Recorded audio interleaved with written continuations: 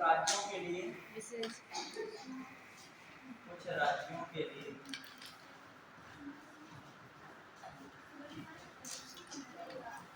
विशेष प्रावधान।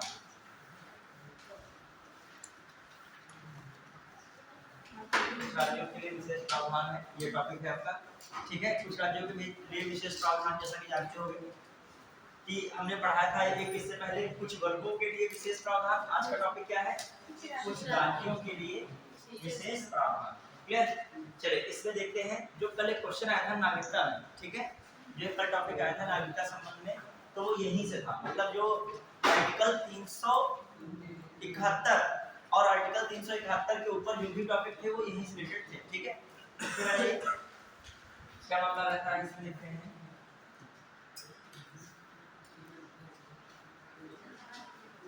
अच्छा ये बताइए, कुछ राज्यों के लिए जो है के लिए विशेष प्रावधान संविधान में वर्णित है। जी सर। ये क्यों किया गया है? कुछ राज्यों के लिए विशेष प्रावधान का मतलब क्यों? संविधान में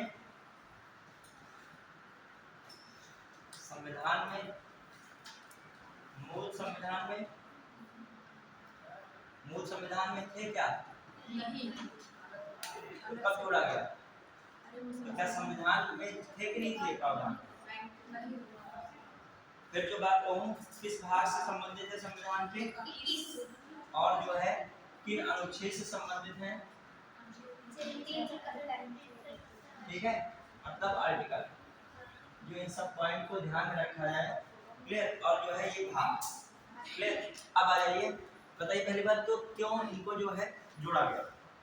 जो है क्या कहा जाए, कुछ राज्यों के लिए विशेष प्रावधान को क्यों जोड़ा गया? क्यों जोड़ा गया? क्या रहेगा मामला बताइए। एक क्वेश्चन जैसे आया, एक इस तरीके से क्वेश्चन आया कि भारतीय संविधान में कुछ राज्यों के, अच्छा ये भारतीय संविधान में हटा रहे हैं सर, कहा कुछ राज्यों में कुछ राज्यों के लिए विशेष प्रावधान बनाए गए। ठीक है, पहला स्टेटमेंट दिखा, ऐसे राज्य जहां पिछड़े लोगों को बहुत सारी आवश्यकता की जरूरतें थी उनको पूरा करने के लिए। ठीक है, वे राज्य जहां पिछड़े लोगों को आवश्यकता की जरूरतों को पूरा करने के लिए। ठीक है, पहला स्टेटमेंट। दूसरा, सामाजिक आर्थिक संरक्षण के लिए। ठीक है, और तीसरा पॉइंट,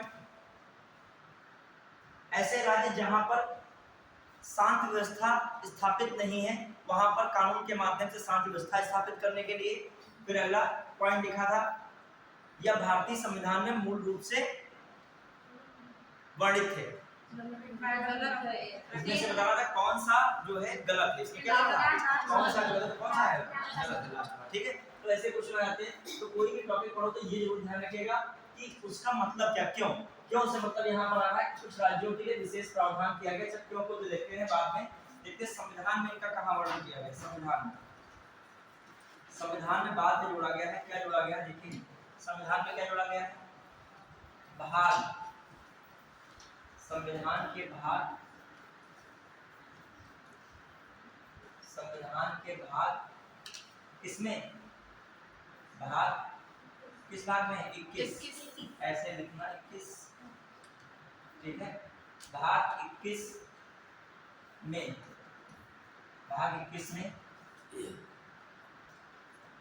अस्थायी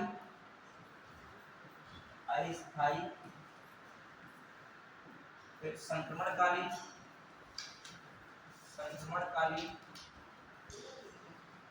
एक अस्थायी संक्रमणकालीन तथा विशेष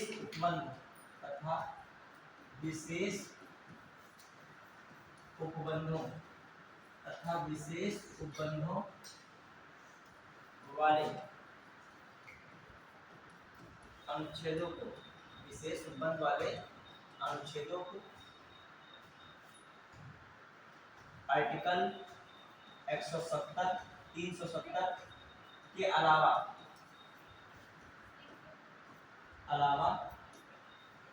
आर्टिकल 371 371, आर्टिकल 371 ए, आर्टिकल 371 बी, आर्टिकल 371 सी, 371 सी, आर्टिकल 371 डी, आर्टिकल 371 ई, आर्टिकल 371 एफ, आर्टिकल 371 जी, 371 जी, आर्टिकल 371 एच, आर्टिकल 371 ये जी एच आई, आर्टिकल 371 आई का उल्लेख है। उस जो है अलावा अनुच्छेदों को शामिल किया गया है, को शामिल किया गया है। यही स्टेटमेंट कल एक क्वेश्चन में था यही स्टेटमेंट की नहीं, यही लाइन यहाँ के कल के क्वेश्चन में थी, तो दिमाग में रखेगा क्या क्या बातें हैं इसमें। मैं कह रहा हूँ संविधान के भाग इसमें 21 में अस्थायी संक्रमणकालीन तथा विशेष उपबंधों वाले अनुच्छेदों आर्टिकल 370 के अलावा आर्टिकल 371, 371 ए, 371 बी, 371 सी, 371 डी, 371 ई, 371 एफ, 371 जी और 371 एच तथा 371 आई को क्या किया गया है, शामिल किया गया है। ये टॉपिक जो है प्री एंड मेंस दोनों के लिए इंपॉर्टेंट रहता है, ठीक है। तो ये टॉपिक प्रीलिम्स में देखो कल क्वेश्चन आया था शायद 2021 से 22 के पीछे से आईएएस में क्वेश्चन आता है यहाँ से। अब आ जाइए, अब बात करते हैं तो बेसिक बात है संविधान में इसकी बात की गई, लेकिन मूल संविधान में इसकी बात नहीं की गई थी। पढ़ते हो ना, मूल संविधान में जिसकी बात हुई थी क्या, नहीं हुई थी, ठीक है। अब आइए, मैं कह रहा हूँ कुछ विशेष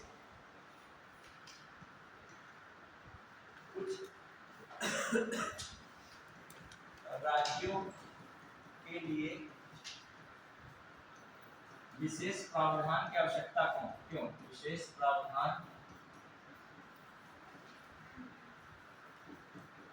की आवश्यकता क्यों, आवश्यकता, क्लियर, ये बात आ रही है। फिर जो दूसरी बात कहा है कि क्या चैलेंजेस हैं, चुनौतियां हैं, क्या चुनौतियां हो सकती हैं, ठीक है। फिर क्या जो है कह सकते हो समाधान हो सकता है, क्या हो सकता है, समाधान हो सकता है, क्लियर। तो एक ये तो बेसिक बात, वो मैंने फैक्ट की बात बताई, ये बेसिक बात है। फिर आगे हम लोग चलेंगे इस पर, हर एक क्लास को देखेंगे। जैसे आर्टिकल 371, जैसे मान लीजिए आर्टिकल 371 कौन सा, ए, उसको देखेंगे, उसके लिए क्या प्रावधान है, 371 के लिए क्या प्रावधान है, ठीक है। ये सारी चीजें देखेंगे तब। अब बताइएगा कि जो मैं कह रहा हूँ कि कुछ राज्यों के लिए विशेष प्रावधान की आवश्यकता है क्यों, और फिर क्या चुनौतियां हैं, ठीक है। और जो हम लोग देखें चुनौतियों में एक हिसाब से कमियां भी बता सकते हो, क्या तो सकते हो यहाँ पर, कमियां बता सकते हो। और फिर क्या है, समाधान भी क्या है, यदि कोई कमी है तो उसका समाधान, सोल्यूशन भी होना चाहिए। अब बताइए क्या क्या चीजें हो सकती हैं। आप जो बता रहे थे शुरुआत में वही मेन बात है, कौन सी बात है, सबसे पहले क्या हो सकता है बताइए आप। नहीं, जो है कुछ राज्यों के लिए विशेष प्रावधान की जरूरत क्यों है बताइए, ठीक है। कुछ राज्यों में या राज्यों में पिछड़े लोगों की आवश्यकता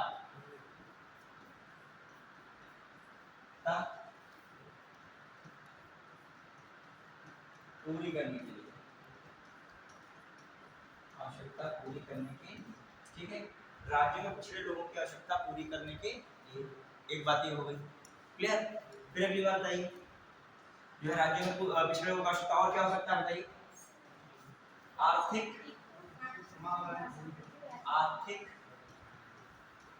एवं सामाजिक हितों के संरक्षण के लिए,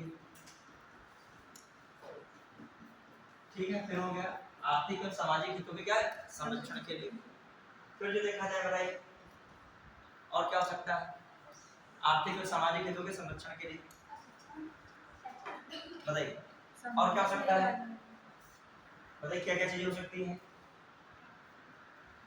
कानून व्यवस्था अशांत क्षेत्रों में, इस क्षेत्रों में अशांत क्षेत्रों में, जैसे आसपा है नॉर्थ ईस्ट में जाते सब लागू होता है कानून, तो वहां पे अशांत क्षेत्रों में कानून व्यवस्था लागू करने के लिए।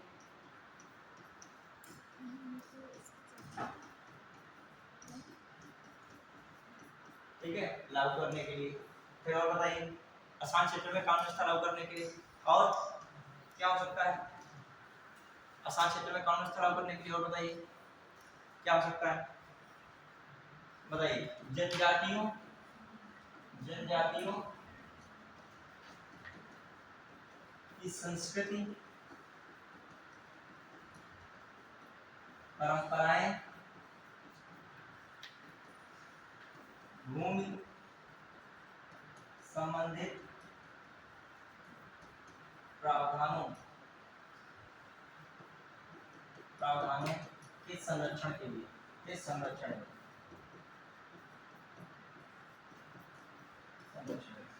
मतलब कहने का मतलब आप हर टॉपिक के बारे में जैसे कुछ भी आए तो आप केवल फैक्ट नहीं जानते हो, उसके बारे में भी क्या कर सको, उल्लेख कर सको। मतलब कोई भी चीज जो आपके अंदर डायमेंशन कुछ रटो नहीं है। कुछ वर्गों के लिए विशेष उपबंध की आवश्यकता क्यों है? जैसे तुम कहीं इंटरव्यू दे रहे हो या किसी से बात कर रहे हो, मेंस में क्वेश्चन आ गया कि कुछ वर्गों के लिए, कुछ राज्यों के लिए विशेष उपबंध मूल संविधान में नहीं थे लेकिन बाद में इनको जोड़ा गया। आखिर क्यों? यदि जोड़ा गया है तो यह भारत सरकार या भारत संघ के लिए किस प्रकार चुनौती है? चुनौती सहित समाधान, चुनौती बताते हुए समाधान का भी उल्लेख करें। इस तरीके क्वेश्चन आ गया। तो ये थोड़ी है केवल आर्टिकल आप घटाने गिनाने लगोगे। प्रीलिम्स में तो क्वेश्चन आ रहे हैं ऐसे टाइप के, मतलब क्या करें निम्नलिखित में से कौन सा स्टेटमेंट क्या है, सही है या गलत है, तो आपको पता होना चाहिए। अब बताइए चुनौतियां क्या हो सकती हैं? एक हिसाब से बताइए, ये डिपेंड हो रहा है, ये हर चीज किसकी बात कर रहे हैं? डिपेंडेंसी की बात कर रहे हैं कि नहीं? मतलब ये कहा जाए, घर में कहा जाए कि ये बच्चा जो है सबसे घर में कमजोर है, इसको क्या दिया जाए? सपोर्ट दिया जाए। ठीक है, सपोज है, ठीक, और सपोर्ट बहुत उसको दे लो तो काम करना चाहेगा नहीं। सपोज दैट कि घर में कोई छोटा लड़का है तो घर वाले कह रहे हैं बड़े की जिम्मेदारी ज्यादा है, छोटे की जिम्मेदारी कम है, तो छोटा क्या करेगा? शुरू में सपोर्ट की जरूरत थी लेकिन उसको सपोर्ट मिलते मिलते उसकी आदत ही पड़ गई है क्या? सपोर्ट लेने की। तो अब वो कहीं बाहर कुछ देखता ही नहीं, तो पता है कि जो है हम अभी पापा मम्मी सपोर्ट कर रहे हैं, शादी हो जाएगी तब भी सपोर्ट करेंगे, फिर बच्चे हो जाएंगे तब भी। मतलब सपोर्ट का प्रोसीडिंग उसके दिमाग में, बड़े वाले के दिमाग में है कि घर से कह दिया गया है बाहर काम करना है, कुछ करना है तो अब कुछ ना कुछ ढूंढेंगे। मतलब कुछ चीजें ऐसी होती हैं। तो क्या हो गया? तो ये चीज डिपेंडेंसी एक चुनौती है कि नहीं? सबसे बड़ी चुनौती क्या है? मतलब डिपेंडेंसी होती जा रही है उन राज्यों की। और यदि संघ के पास पैसा नहीं होगा तो सब लुटा देगा, तो संघ और चीजों में क्या कार्य करेगा? तो एक तो प्रॉब्लम आ रही है क्या, कौन सी? अब देखिएगा सरकार पर बोझ बढ़ रहा है, ठीक है। अब देखिए बोझ का मतलब समझिए, जैसे अनुदान सामान्यतः वित्तीय अनुदान दिया जाता है, ज्यादातर सामान्य राज्यों में चलता है अनुदान 60 का और 40 का। मतलब कोई भी चीज होती है सिर्फ 60 किसका होता है? केंद्र का, और 40 क्या होता है? राज्य का। टैक्सेस में भी लगभग बंटवारा कर देता है। लेकिन जो है जो पहाड़ी राज्य है वहाँ, चूंकि पहाड़ी राज्यों पे पहाड़ है, वो मैदान नहीं, फैक्ट्री नहीं बन सकती, तो वहाँ इकोनॉमी डाउन रहेगी, तो वहाँ पर 80 और 20 का रहता है। लेकिन जो विशेष राज्य के दर्जा वाले हैं, वित्त अनुदान के वाले हैं, वहाँ कितना हो जाएगा? हाँ, यहाँ तो बहुत हाई हो जाएगा, मतलब 90 और 10, तो कितना आराम हो जाएगा। मतलब यूपी का 30% हिस्सा बच जाए विशेष राज्य में है, 10 ही लगे, और किसका 90 लगे? केंद्र सरकार का। समझ रहे हैं? मतलब जो केंद्र सरकार का 90% लग रहा है, राज्य सरकार कितना लग रहा है? 10। तो विशेष राज्य के लिए ये प्रॉब्लम है कि सरकार पर क्या हो रहा है? बोझ बढ़ता है। जब आपको चुनौतियां बतानी है ना, चुनौतियों में आप दूसरा देखो, यहाँ बताना था क्यों में, तो क्यों में तुम्हारा दिमाग क्या चल रहा था? उन पॉइंट्स को उठा रहे थे जो अब चुनौतियों में क्या है? एक सरकार पर आर्थिक बोझ बढ़ना, दूसरा क्या हो सकता है बताइए? चलिए खर्चा तो हो ही गया। एक अलगाववाद, किसकी बात पड़ रही है कि जो है वो मतलब अपना सोच रहे हम अलग ही रहे, हमको मतलब विशेष में रखा जाए, हमको मतलब सामान्य में न रखा, तो अलगाववाद बढ़ रहा है। फिर अलगाववाद बढ़ेगा, क्षेत्रवाद भी बढ़ सकता है। क्या हो जाएगा? वो कह रहे हैं कि हम अपना मतलब हमारा मामला अलग है, हमारे लिए सब व्यवस्था अलग है। तो क्या हो रहा है? अलगाववाद और क्षेत्रवाद को बढ़ावा मिल रहा है। और चुनौती क्या हो सकती है? अन्य राज्य भी मांग करने लगे। जैसे एक को तुमने छूट दी है तो वो राज्य उड़ीसा कह रहा है हमारे चक्रवात सबसे ज्यादा आते हैं तो हमको भी दीजिए। क्या पश्चिम बंगाल कह रहा है हम भी बहुत त्रासदी में रहते हैं क्योंकि चक्रवात बंगाल की खाड़ी हमारे ही बगल से निकलती, तो चक्रवात में उड़ीसा कौन प्रभावित ज्यादा हो रहा है? उड़ीसा। उड़ीसा पश्चिम बंगाल। तो ये कहेंगे हमारी स्थिति बड़ी डामाडोल। फिर उत्तर प्रदेश के कहने लगे हमारे वहाँ आबादी बहुत ही ज्यादा हो गई है, तो इतनी आबादी को संभाल नहीं पाएंगे तो हमको भी किसका दर्जा दिया जाए? हमारे बस का नहीं, संसाधन उतने हैं नहीं, जितनी आबादी है, तो आप क्या कीजिए, हमको विशेष राज्य का दर्जा दीजिए। अब बताओ, एक शुरुआत हुई तो अब हर राज्य अपनी मांग करने लगेगा। बिहार है, बिहार अभी करंट अफेयर में आया था। बिहार क्या अभी चुनाव हुआ था, सब बहुत चर्चा में चल रहा था कि हम आपके साथ गठबंधन में जुड़ेंगे, तो न्यूज़पेपर में आ रहा था या हर जगह नहीं कह रहा था कि बिहार कह रहा है हमको विशेष राज्य का दर्जा दें, तो हम आपके साथ रहेंगे। लेकिन विशेष राज्य का दर्जा देना कोई आसान चीज नहीं है। कितना है, मतलब जहाँ 60-40 चल रहा हो वहाँ कितना पड़ जाएगा इनका। फिर अब बिहार बहुत जो पीछे है तो उसको आगे लाने के लिए 90 भी ज्यादा पड़ेगा। 90 का मतलब इतनी 90, ये तो सामान्य स्थिति है। जो ज्यादा पीछे होगा उसके 90 तक लाने में और स्थिति मतलब जो होगा पैसा खर्च होगा। तो बताइए, तो बिहार भी मांग कर रहा है। ये क्या है? चुनौती है कि यदि आप कुछ राज्यों को देते हो तो कुछ राज्य क्या कर रहे हैं, अन्य मांग करते जा रहे हैं, बढ़ती जा रही मांग। तो एक हिसाब से स्थिति और क्या हो रही है केंद्र सरकार की पैसे के मामले में डाउन हो रही है। चलिए, और दूसरी बात ये तो हो गया, तो समस्याएं समझ पाए, जैसे मेंस में आ जाए, स्टेटमेंट आ जाए कि कुछ राज्यों के लिए विशेष प्रावधान का उल्लेख संविधान में बाद में जोड़ा गया है, इसके निम्नलिखित में से कौन सी चुनौती नहीं है? तो पहली चुनौती, पहला लिखा स्टेटमेंट, अलगाववाद और क्षेत्रवाद को बढ़ावा। ठीक है, फिर अगला हो केंद्र सरकार पर अतिरिक्त वित्तीय बोझ। फिर अगला स्टेटमेंट लिखा हो, समझ में, फिर अगला लिखा हो जनजातियों की संस्कृति को संरक्षण देना। फिर अगला स्टेटमेंट लिखा हो क्षेत्रवाद को बढ़ावा देते हुए अन्य राज्यों द्वारा इसकी मांग करना, किए जाना। तो इसमें कौन गलत हो जाएगा? तीसरा वाला जो संस्कृति की बात हो रही है, संस्कृति की बात तो क्या थी, जरूरत है। ठीक है, समझ पाए कि नहीं ये बातें? चलिए अब आ जाइए, इसमें लिखिएगा समस्याओं में लिखिए मेंस पे, जिससे बहुत कुछ आता है मेंस पे कुछ राज्यों के। देखिए अब वही मेंस में क्वेश्चन रखना चाहता है टॉपिक जुड़े हुए जो प्रासंगिक वर्तमान में। जब चुनाव हुआ, चुनाव में बहुत राज्यों ने कहा कि हमको अलग से वैल्यू दी जाए। बिहार है, बिहार की हमेशा ये डिमांड रहती है कि हमको क्या दिया जाए, विशेष राज्य का। और जिस दिन बिहार को मिला उधर उत्तर प्रदेश के भी अंदर शुरुआत होने लगेगी धीरे धीरे तो एक जो है शुरुआत होने लगेगी। उत्तर प्रदेश का हमारी 80 सीटें भी परसीवन होने दो, तो क्या हमारी 3 सीटें हैं। अच्छा, बिहार हवाबाजी भी नहीं कर रहा है, बिहार कुछ कारण बताता है, ऐसे नहीं कर रहा था बिहार। कहता अभी जब पढ़ोगे पहले इसको लिखिएगा, बिहार कारण बताता है। वहाँ के कहा गया बीपीएल जो है, बिलो लो पॉवर्टी जो आता है, BPL below poverty line, below poverty line BPL होता है। तो कह रहा था 36% लोग क्या है, बीपीएल धारक है, मतलब 36% लोग गरीबी रेखा वाले हैं। ठीक है, गरीबी रेखा के नीचे वाले। अब 36% गरीबी रेखा के नीचे वाले कह रहा है कि हमारे वहाँ 6000 लगभग अधिकांश आबादी की लगभग आय कितनी चल रही है, 6000 रुपया मंथली। वार्षिक में जोड़ेगा जवाब भी कम लिखाएंगे। ठीक है, 6000 का मंथली हो रही है। फिर बता रहे हैं कि हमारे वहाँ कोसी बिहार का शोक आप लोग कहते हो जनरली, मतलब बाढ़ का आना बहुत ज्यादा है।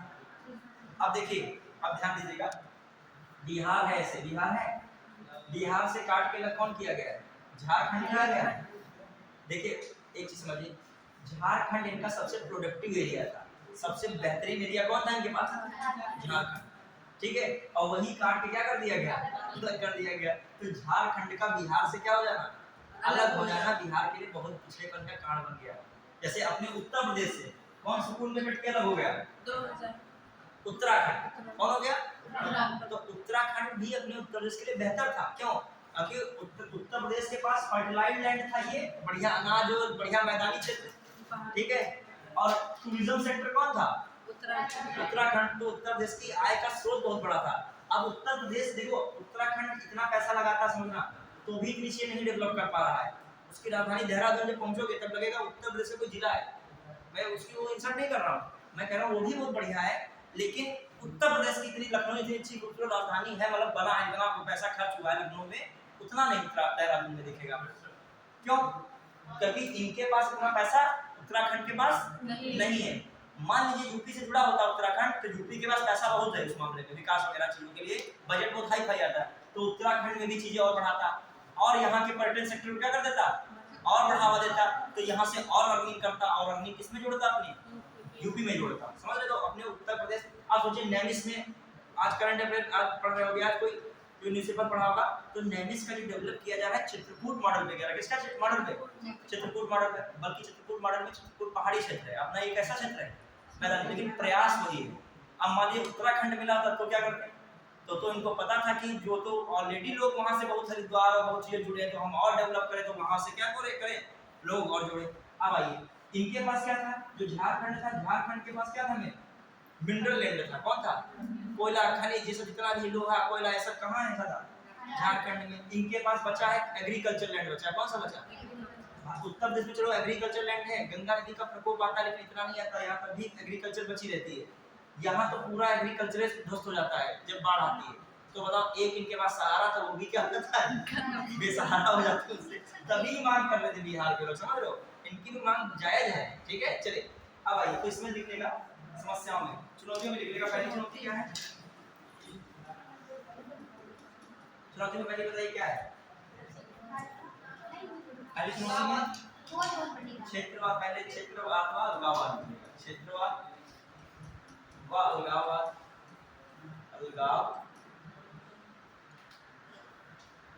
अलगाववाद को बढ़ाना।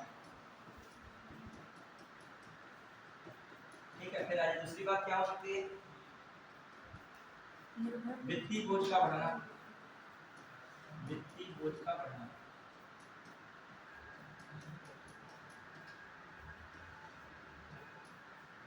वित्तीय बोझ का क्या होना, बढ़ना।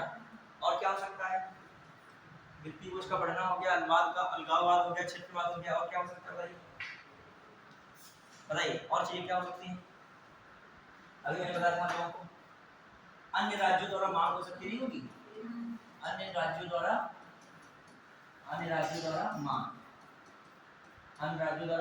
मांग हो सकती है। फिर आ जाइए अलग चीजों में क्या हो सकता है, क्या हो सकता है बताइए, क्या हो सकता है, अन्य राज्यों द्वारा मांग हो गई, क्षेत्रवाद हो गया, वित्तीय बोझ हो गया, ठीक है। जो कह सकते हो कि क्या निर्भर होने की प्रवृत्ति का बढ़ना, निर्भरता की प्रवृत्ति का बढ़ना, निर्भरता की प्रवृत्ति का बढ़ना,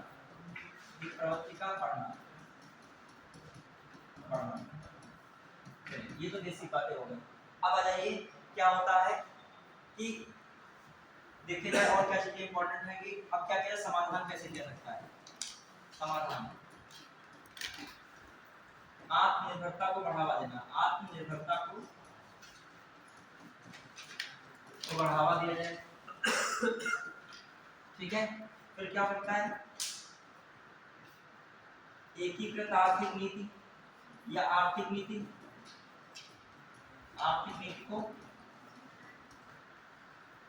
आर्थिक नीति में सुधार किया जाए, आर्थिक नीति में क्या किया जाए, सुधार हो, ठीक। रोजगार और शिक्षा को बढ़ावा दिया जाए, रोजगार को बढ़ावा दिया जाए और क्या दिया जाए, रोजगार व शिक्षा जहाँ होगी वहाँ जरूरत सब चीजों की क्या बढ़ जाएगी, कम पड़ जाएगी, ठीक है। फिर आ जाइए और चीजें क्या हो सकती हैं बताइए, जो बहुआयामी सूचकांक वगैरह निकाले जाए, बहुआयामी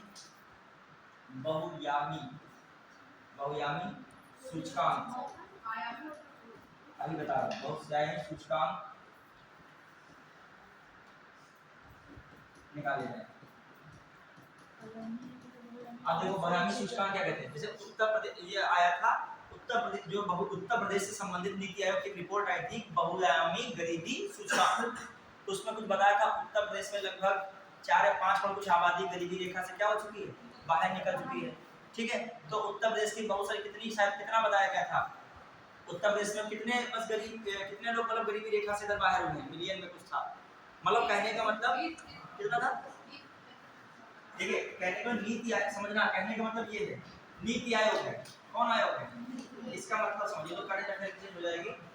नीति आयोग है, नीति आयोग कहता है ये क्या निकालता है, बहुआयामी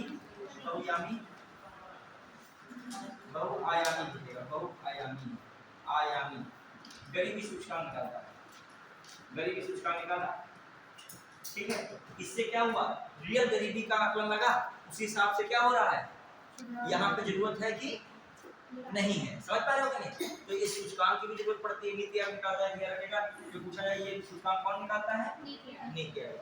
चलिए आइए, ये तो आपका हो गया मामला पूरा। अब देखिए क्या मामला होता है जो विशेष राज्यों के लिए मेन जरूरत क्यों होती है, क्या मतलब सुविधा इसमें दी जाती है।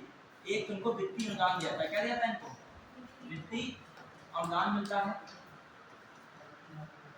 ठीक है, केंद्र द्वारा योजनाओं, केंद्र द्वारा योजनाओं पर वित्त पोषण, केंद्र द्वारा योजनाओं पर वित्त मुहैया होती है, क्लियर। अब देखिए वित्तीय अनुदान के मैं कह रहा था कि क्या वित्तीय अनुदान में हो रहा था 60 और क्या होता है 40 होता है, लेकिन विशेष राज्यों के लिए, विशेष राज्यों के लिए कितना हो रहा है 90 और 10, क्लियर। करंट में कुछ चीजें होती हैं इसको जोड़ते चलिएगा। अभी कल हरियाणा जो है कल निकला हुआ न्यूज़पेपर में, हरियाणा में मुख्यमंत्री की 32 अप्रैल किसने ली है, नायाब सैनी ने, किसने ली है, नायाब सैनी ने, तो याद रखेगा। अब आइए उधर, आज अभी देख रहे थे जम्मू कश्मीर का मैटर, तो जम्मू कश्मीर के जो कौन जीती वहाँ पार्टी, कांग्रेस जो है, कॉन्फ्रेंस है और प्लस कांग्रेस है, लेकिन कौन है, नेशनल क्या है, हाँ नेशनल कॉन्फ्रेंस पार्टी, ठीक है, नेशनल कॉन्फ्रेंस पार्टी हो गई। और दूसरी उधर कौन है, कांग्रेस, दोनों लोग कोलिजन से कौन बने हैं यहाँ के जो मुख्यमंत्री, उमर अब्दुल्ला। तो उमर अब्दुल्ला ने अपने कैबिनेट में अभी ये प्रस्ताव रखा है, मतलब जो मांग की है, जो जम्मू कश्मीर को फिर से राज्य का दर्जा दिया जाए, ठीक है। क्योंकि आप अभी पढ़ रहे हो ना, यही तो पढ़ रहे हो, 370 किसमें आया है, जम्मू कश्मीर, लेकिन उन्होंने इसकी मांग नहीं की है कि 370 को क्या किया जाए, हटाया जाए, मतलब जो है फिर से 370 की बहाली की जाए, हटाया तो गया ही है, 370 की फिर से की क्या दी जाए, हाँ देखिए पुनर्विचार समझना, एक चीज समझिए, ध्यान दीजिएगा, जो उन्होंने कैबिनेट में उन्होंने प्रस्ताव रखा है, तो जम्मू कश्मीर की जितनी अलगाववादी पार्टियां थी, सामान्यतः वो कह रही थी कि इनको पहला प्रस्ताव किस पे देना चाहिए था, 370 की पुनर्बहाली का, 370 की क्या देना, मतलब जम्मू कश्मीर को विशेष राज्य का दर्जा, और मतलब जो उसका सब जो भी प्रोविजन था सब अलगाव वाला वो सब दिया जाए फिर से, ये था। लेकिन उन्होंने ऐसा कुछ नहीं किया, उन्होंने क्या किया है, राज्य का दर्जा देने की बात कही है, ठीक है, और प्लस क्या कहा है कि जो है पुनर्बहाली से कोई मैटर ही नहीं कहा है, और जो सुप्रीम कोर्ट ने गाइडलाइन दी थी 370 वाली, वो उन्होंने क्या रखी, उसको जारी रखा है, उस पर कोई मतलब उन्होंने स्टेप नहीं किया है, तो ये बातें क्लियर रखेगा। उन्होंने किसकी बात की फिर से, राज्य की बात की है, क्लियर। देखिए अब वो मुख्यमंत्री बने हैं, हालांकि उन्होंने चुनाव लड़ा इससे पहले उनका एजेंडा था, मतलब उसमें उन्होंने घोषणा पत्र में ये बात कही थी कि मैं इसकी बात रखूंगा, लेकिन आप ही है, आप आपको जिम्मेदारी सौंप दी जाए, और जिम्मेदारी सौंपी जाए तो आप पहले नंबर पे क्या चाहेंगे, विकास हो, जो रियल में ग्रोथ चाहेंगे, और कहीं से भी तुरंत ही लड़ाई लड़ने लगोगे, फिर 8-8 लाख करोड़ पता नहीं कितने लाख करोड़ की योजनाएं आनी, उनको पता है कि जम्मू कश्मीर की 370 है प्रोविजन, भले उसका अलग से हटा दिया गया है, लेकिन यूटी तो है, केंद्र शासित राज्य है, तो केंद्र वहाँ पैसा क्या ज्यादा पैसा कौन आवंटित करेगा, केंद्र। तो अपना ये भी कहीं ना कहीं चीज सही है कि जब मुख्यमंत्री होते हो तो ऐसे फैसले लीजिए जहाँ सबका क्या हो, कल्याण छिपा। मान लीजिए आप विचारधारा में लड़ाई करने लग गए, अब केंद्र का रुझान नहीं रह जाएगा, अब क्या है उनका रुझान कि जितना ज्यादा हो सके पैसा जम्मू कश्मीर के लिए मांगे, और जो मांग जायज हो, अब राज्य की मांग जायज है, क्यों, क्योंकि जम्मू कश्मीर पहले भी क्या था, विशेष राज्य था, लेकिन वो कह रहे हैं विशेष का मतलब नहीं है, राज्य का दर्जा इसको दिया है, क्लियर। और राज्य का दर्जा क्यों कह रहे हैं, जब जम्मू कश्मीर का भी हिस्ट्री पढ़ोगे, अभी आज पढ़ाएंगे इसको भी थोड़ा सा, जम्मू कश्मीर का हिस्ट्री पढ़ोगे तो जम्मू कश्मीर बहुत पहले न भारत का हिस्सा था, ना ही क्या था, पाकिस्तान का, बीच का एक हिस्सा था। राजा हरि सिंह इसके मतलब राजा हरि सिंह यहाँ के जो मेन नेतृत्व करता थे, लेकिन यहाँ आबादी 40-50% क्या हो चुकी थी, मुस्लिम थी। कौन थी, मुस्लिम। जो अभी उमर अब्दुल्ला बने इनके और कौन थे, पिताजी फारूक अब्दुल्ला थे, और फिर उनसे ऊपर उनके पिताजी कौन थे, शेख अब्दुल्ला। कौन थे, शेख अब्दुल्ला। जो देखा जम्मू कश्मीर जो देन है, मतलब जो इस तरीके की लोकतांत्रिक वाली, वो शेख अब्दुल्ला की, किसकी है, वही थे। शेख अब्दुल्ला ने ही जम्मू कश्मीर में क्या बनाई थी जवाहरलाल नेहरू के समय, सरकार बनाई थी। जवाहरलाल नेहरू समझ लो शेख अब्दुल्ला के क्या थे उसमें, मित्र भी थे। ठीक है, चलिए अब आइए देखते हैं। अच्छा, शेख अब्दुल्ला को लोग गलत तरीके से देखते हैं। जो आप लोग देखें, शेख अब्दुल्ला जब देखोगे तो चाहते तो पाकिस्तान की तरफ भी जा सकते थे, जो दिमाग लगाइए। अभी ज्यादा आबादी किधर थी, ज्यादा आबादी जम्मू कश्मीर की थी, मुस्लिम, और पाकिस्तान चाहता था इस्लामीकरण के आधार पर किधर आ जाए, हमारे तरफ आ जाए। लेकिन जो शेख अब्दुल्ला थे थोड़ा सेकुलर थे, वो ना इधर के रहते थे ना उधर के, मतलब वो चाहते थे कि यहाँ पर लोकतंत्र है, जिसकी आबादी ज़्यादा वही अपनी सरकार बनाए, हमें इस्लाम से या इधर के मैटर से हमें नहीं मतलब है, हमें मतलब है यहाँ की जनसंख्या का क्या हो, डेवलपमेंट, हम अपनी सरकार बनाए। लेकिन पाकिस्तान क्या कर रहा था कि हमारे तरफ आ जाइए, क्योंकि इस्लाम के लोग ज़्यादा हैं तो हमारी तरफ, तो उन्होंने फैसला क्या लिया, वो इधर ही रहे, मतलब क्या रहे, मतलब वो पाकिस्तान की तरफ नहीं है। चाहते तो विकल्प था उनके पास, और जवाहरलाल नेहरू थोड़ा मैनेज कर रहे थे। चलिए ये सब चीज़ें अब देखो, जिसको ज़्यादा नहीं नॉलेज होता है वो हल्के नॉलेज में लड़ाई झगड़े की बात कर रखता है। अरे पीछे की स्थिति जाइए, वहाँ पे देखिए, मानते हैं जवाहरलाल नेहरू ने जो है 100% चीज़ें नहीं सही, तो 100% चीज़ें कोई सही भी नहीं कर पाता है, कहीं ना कहीं गलतियां हो जाती हैं। शायद हाँ थोड़ी गलती कम होती है, शायद थोड़ी गलती ज़्यादा होगी, बस इतना हो सकता है। लेकिन जम्मू कश्मीर का जो हालत देखो, भारत भी जब आज़ाद हुआ तो 1947 से 1964 तक प्रधानमंत्री के रूप में नेतृत्व करना बहुत कठिन, उनको प्रधानमंत्री बना दिया जाए। अब भारत की ऐसी स्थिति है, तुरंत क्या निकला है, आज़ादी से निकला, मतलब आज़ादी प्राप्त किया है, गुलामी से निकला है भारत। तो ऐसे में 3 और 4 17 साल प्रधानमंत्री का नेतृत्व करना क्या होता है, अपने आप में टास्क हो जाता है। क्यों टास्क हो गया, ये सारे चैलेंजेस जो थे मेन सब यहीं से शुरू हुए थे। और सबसे बड़ा चैलेंज क्या था, जम्मू कश्मीर भी था, और विभाजन वाला मैटर था। सरदार वल्लभ भाई पटेल भी पीएम बन सकते थे, वो बुजुर्ग थोड़ा ज्यादा थे, वे ज्यादा डिग्री पढ़ोगे तो कुछ निकल के आती हैं, और जवाहरलाल थोड़ा नई उम्र के थे उस समय। देखिए प्रयास ये रहता था कि ऐसा प्रधानमंत्री बने जो कम से कम 20-30 साल तक सरवाइव करे, अदरवाइज ये नहीं हो कि इधर से बने उधर से थोड़ा सा स्थिति उनकी एज वाली फैक्टर डाउन होने लगे। अब ये हो सकता है कहीं कहीं पटेल होते तो ज्यादा बेहतर हो सकता था कहीं कहीं, और कहीं कहीं उन्होंने मैंने ज्यादा किया, क्योंकि इनका लिंक ऊपर तक ज्यादा था। जब आप पढ़ोगे तो जानोगे, पूरी डिस्कवरी ऑफ इंडिया सब पढ़ोगे तो अंदाजा लगेगा, कहीं भी पटेल का योगदान है, पटेल का इतना योगदान है कि एकीकरण करने में बहुत बड़ा योगदान है। ठीक है, वरना शायद हैदराबाद जाना पड़ता तो उनको 5, 6, 7, 8 देशों से गुजर के जाना पड़ता, वीजा लेना पड़ता। ठीक है, वहाँ लड़ाई झगड़ा चल रहा, तो वो किसकी देन हो गई, एकीकरण की, सरदार पटेल की देन हो गई। लेकिन जो इधर देखा है जवाहरलाल नेहरू का, इनका भी मामला क्लियर रहता है। क्यों, क्योंकि इनका लिंक सबसे बहुत अच्छा है, अभी इंग्लिश वगैरह अच्छी जगह पढ़े, ज़्यादा इनको मतलब इंटेलेक्चुअल ज़्यादा थे, मतलब इनका लिंक किससे अच्छा है, माउंटबेटन से। इनका लिंक किससे अच्छा है, शेख अब्दुल्ला को भी मैनेज कर लिया, मैनेज करने में ये भी आगे थे। सरदार पटेल का सीधा एक कॉन्सेप्ट था, मैनेजमेंट नहीं, सीधा जो है कवर कर दो, लेकिन हर चीज़ें ऐसे कवर होकर भी तो नहीं चलेंगी। चलिए आइए देखते हैं, अब आइए विशेष प्रावधानों देखते हैं। आज थोड़ा सा इस पर मैटर रहे, अभी आपका जो जम्मू कश्मीर और 370 है वो कहीं ना कहीं कहाँ जुड़ा है, इन लोगों से जुड़ा है। अब देखिए क्या कह रहे हैं, तो बेसिक हो गया। अब हर राज्य के बारे में देखेंगे कि विशेष राज्य हमने कौन सा, 371 का कौन सा हो गया, ए, अरे 371 ही देखें, तो पहले कौन 371 किसकी बात हो रही है, गुजरात और महाराष्ट्र।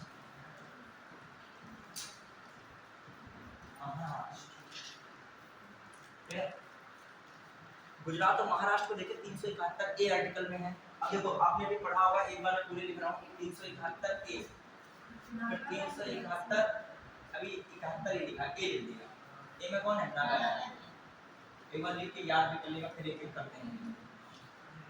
371 बी कौन है, असम, और कौन है, असम,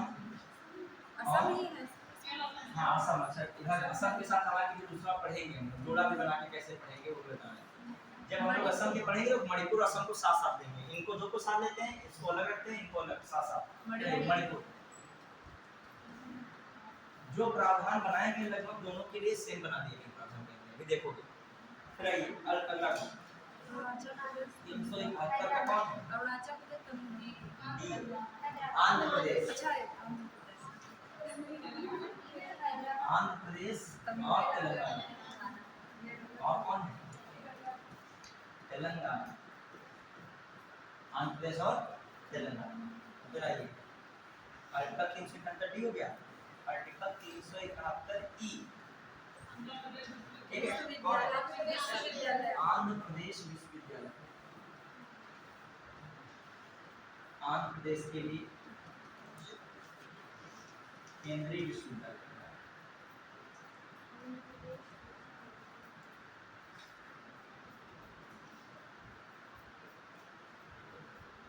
केंद्रीय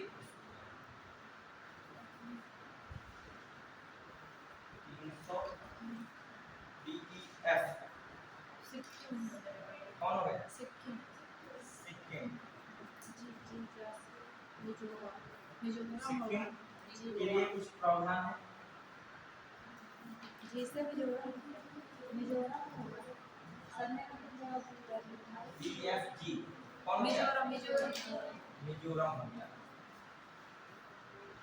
फिर जो है EFGH अरुणाचल प्रदेश 271 EFGH अरुणाचल। गोवा और फिर जो है आर्टिकल 371 IGH कौन हो गया? गोवा। और फिर IJ ये कौन हो गया? कौन हो गया? कर्नाटक। कौन होगा? कर्नाटक। क्लियर? तो दिमाग में रखिएगा जो ये कुछ राज्य हैं इनसे संबंधित विशेष प्रावधान किए गए हैं, तो इस आर्टिकल के माध्यम से विशेष प्रावधान में किया गया है। अब पहले एक बार देख ले, फिर मैं आपसे क्वेश्चन पूछ रहा हूँ इससे रिलेटेड। ठीक है, इससे रिलेटेड एक क्वेश्चन पूछ रहा हूँ।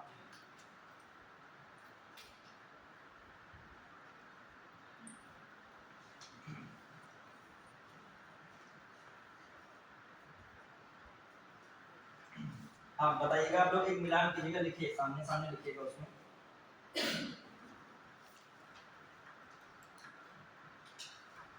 मैं ही लिख रहा हूँ सर, क्वेश्चन से मिला नहीं, मैं लिख रहा हूँ, बताइएगा। ये देख लिया ना? अब मैं लिख रहा हूँ, अब बताइएगा।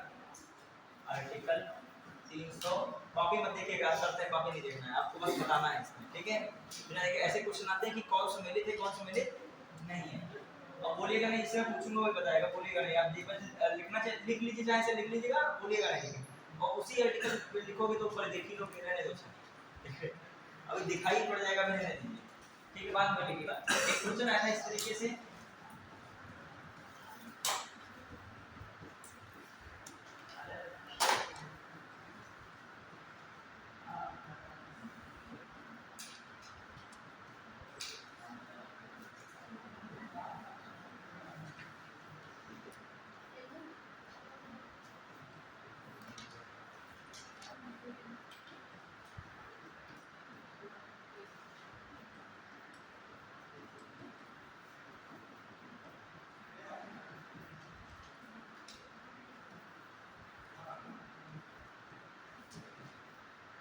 आवाज आ रही बनने की। ठीक है, ठीक है। अब मैं पूछ रहा हूँ, सुमेलित बताना है, सुमेलित है, सुमेलित केवल एक है, दो सुमेलित है, मतलब एक सुमेलित है कहने का मतलब दो सुमेलित है कि तीन सुमेलित है, सही सुमेलित है, सही जोड़ना है, सही सुमेलित है, 3 4। ऑप्शन ए बी सी और कौन है? आज से पूछूंगा, कुछ पूछ रहा हूँ। ठीक है, तो कुछ शांतिपूर्वक मौन धारण के कुछ लोग बैठे। हाँ बच्चे बताइए, प्रयास कीजिए। हाँ सर ए वाला तो सही है ऑप्शन चलिए कोई बात नहीं, ऑप्शन इसे बता दीजिए। हाँ बताइए क्वेश्चन, तुम बताइए हैं। चलिए ऑप्शन 2 की बी, बी ठीक। हाँ ए और सी नहीं, वो बताइए ऑप्शन भैया ए और सी कैसे हो सकता है, आप बताइए, एक ऑप्शन बताओगे। हाँ अब बताइए, सबसे पीछे जो है, हाँ बताइए पीछे बताइए कौन सा होगा। हाँ बताइए, 3 वाला, 3 और बताइए इधर। हाँ बताइए इधर।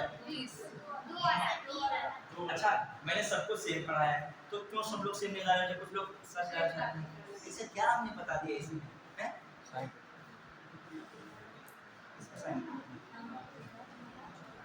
अभी 20 क्लास में मार्क कर दीजिए बस।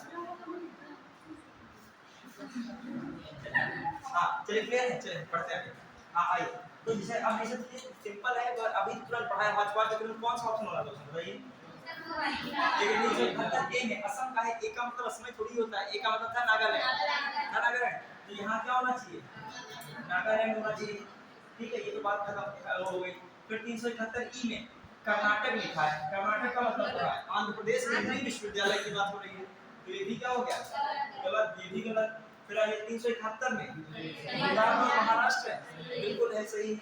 फिर 371 सी मणिपुर में क्या है, सही है, तो कौन लगाते हैं, जो लगाते हैं। तो ऐसे भी क्वेश्चन आता है, एक तो पूछ लेगा लाइन बना के, एक क्या पूछता है कौन सुमेलित है कौन सुमेलित नहीं। अक्सर इससे कभी भी मैच नहीं कॉलम आता है, क्या करो मैच नहीं कॉलम, और काका का अंगा है चढ़ा यहाँ है तो गड़बड़ा नहीं, इंग्लिश वर्जन दे, मैं बता रहा हूँ समस्या बहुत बड़ी उत्पन्न होती है।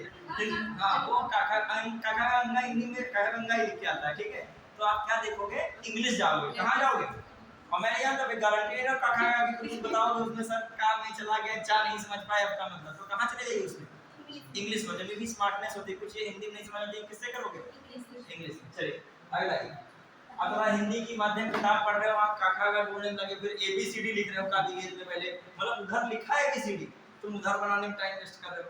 चल अब देखते हैं अगला क्या मामला है, सबसे पहला कौन सा देखते हैं, आर्टिकल कौन सा है 371, इसमें अच्छा एक चीज और बताइए, एक चीज समझिएगा, ये आखिर जो विशेष प्रावधान है क्यों किया जा रहा है। पहली बात तो ये हो रही है कि आप लोग पहले बेसिक पढ़े होंगे, जो भाषा के आधार पर पहला राज्य गठित कौन था, आंध्र प्रदेश, क्लियर। फिर राज्य पुनर्गठन इसी के जब ये मैटर हुआ तो इसके बाद क्या बनाया गया, राज्य पुनर्गठन आयोग बनाया गया, ठीक है। राज्य पुनर्गठन आयोग किसके नेतृत्व में था, वही उसे क्या कहते थे, फजल अली आयोग, फजल अली आयोग हुआ।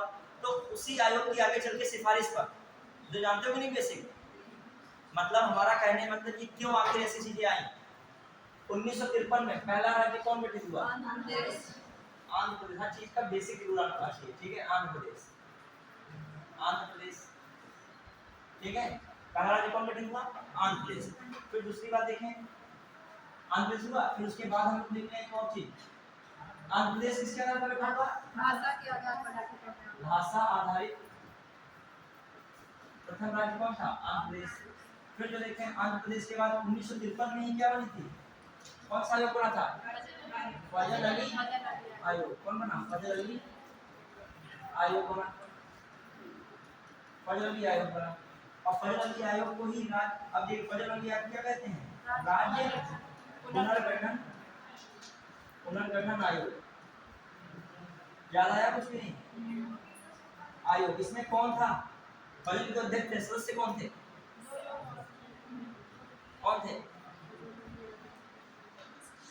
पणिकर थे और कुंजरू थे, याद आया कि कुछ तो याद आ जाए, पणिकर और कुंजरू कुछ इतना याद आ गया तो कर ले जाओ, तो इस सदस्य थे। एचएन जो है, एचएन कुंजरू है, हृदयनाथ कुंजरू और केएम पणिकर थे, ठीक है, हाँ केएम पणिकर थे, ठीक है। अब आइए, तो ये दोनों सदस्य थे, कौन हो गए 60 में, याद रखो कुछ याद रहे एग्जाम हाल तक, ठीक है। और कौन है,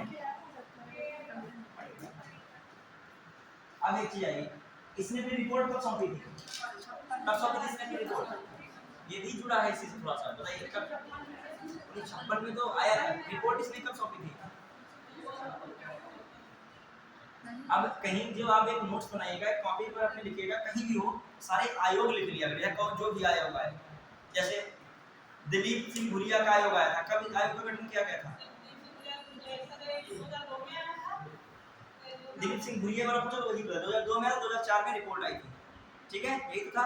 फिर एक और मामला आया था, कौन सा था आयोग उससे पहले, सबसे पहला यूएन ढेबर आयोग आया था, जनजातीय कल्याण संबंधित, ठीक है, वो भी कब था, 1960-61 में रिपोर्ट आई। कल हमने भी भाषा जब पढ़ाया था, कल परसों में टॉपिक था मातृभाषा, जो राजभाषा संबंधित भारत का पहला आयोग कौन बना था, किसकी अध्यक्षता में बना था, बीजी खेल, कब बना था, 55, कब रिपोर्ट आई, 56 में। इसके बाद संसदीय समिति राजभाषा पर सबसे पहली बार कौन बनी थी, पंडित गोविंद वल्लभ पंत समिति, कब बनी थी, 57 बनी थी, तो कुछ चीजें आपको क्या रखनी चाहिए जो और फिर काका कालेलकर आयोग, ओबीसी कमीशन, मतलब ओबीसी के लिए कौन सा आयोग बना था? देखिए घबराने के लिए मान लीजिए पुरानी चीज याद कराता हूँ, कुछ बच्चे घबराते हैं क्या सर पढ़ाने लगे। देखिए मैं जैसे कोई एक आई चीज है तो पुरानी चीजें उसी समय याद करोगे तभी एग्जाम में याद आएगा, वरना अभी फंस रहे हो कुछ लोग तो एग्जाम में क्या होगा, दो चार और आयोग कहीं लास्ट तक पढ़ जाएंगे। अभी रघुराम राजन का एक आयोग आया था 2013 में, ठीक है, उन्होंने किसकी बात की थी, जो विशेष राज्यों के जो दर्जा होता है उसके लिए बहुआयामी सूचकांक निकाला जाए, ये किसने बात कही थी? रघुराम राजन आयोग या रघुराम राजन समिति ने, किसने की थी? अब मैं इसको भी दिखा दूंगा। अब देखो पुरानी चीज जब तक नहीं याद रखोगे नई चीज पढ़ने का मतलब नहीं, नई चीज पढ़ते जाओगे पुरानी चीजें क्या होती जा रही हैं। जैसे हमने भी कहा, जैसे आपका कल कौन था, बीजी खेर आया था कि नहीं, बहुत इंपॉर्टेंट है बीजी खेर, एग्जाम में क्वेश्चन आ चुका है बीजी खेर।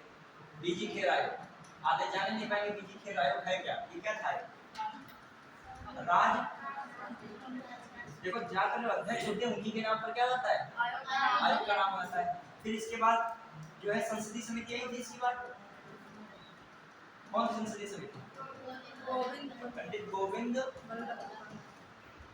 वल्लभ पंत, ठीक है ठीक। अब बताइए, और इसके बाद हमने कौन एक आयोग की बात की थी जब उसमें जा रहे थे एससी में, कल्याण के लिए, जनजातियों कल्याण के लिए लेबर आयोग की बात की थी, लेबर आयोग क्लियर। और इसके बाद एक बात की थी कौन से आयोग की, कौन आया था इसके बाद आयोग?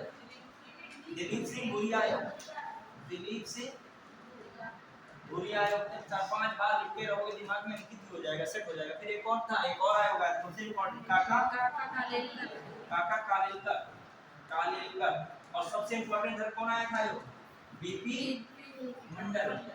कब बना था, सब क्या के संग लिख दीजिए, संग लिखिए, बीपी के 1905, ये 57, ये गैबर 60, भूरिया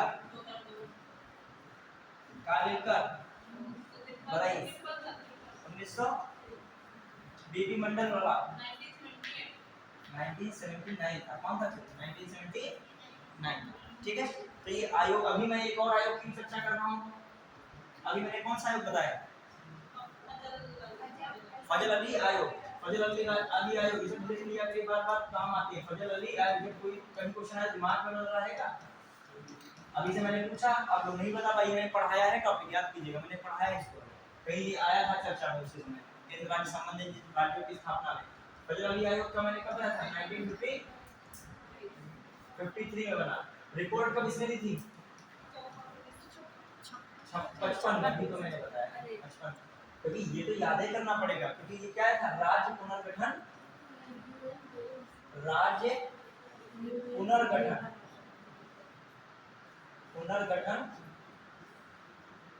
अधिनियम, राज्य पुनर्गठन अधिनियम कब बना, 1956।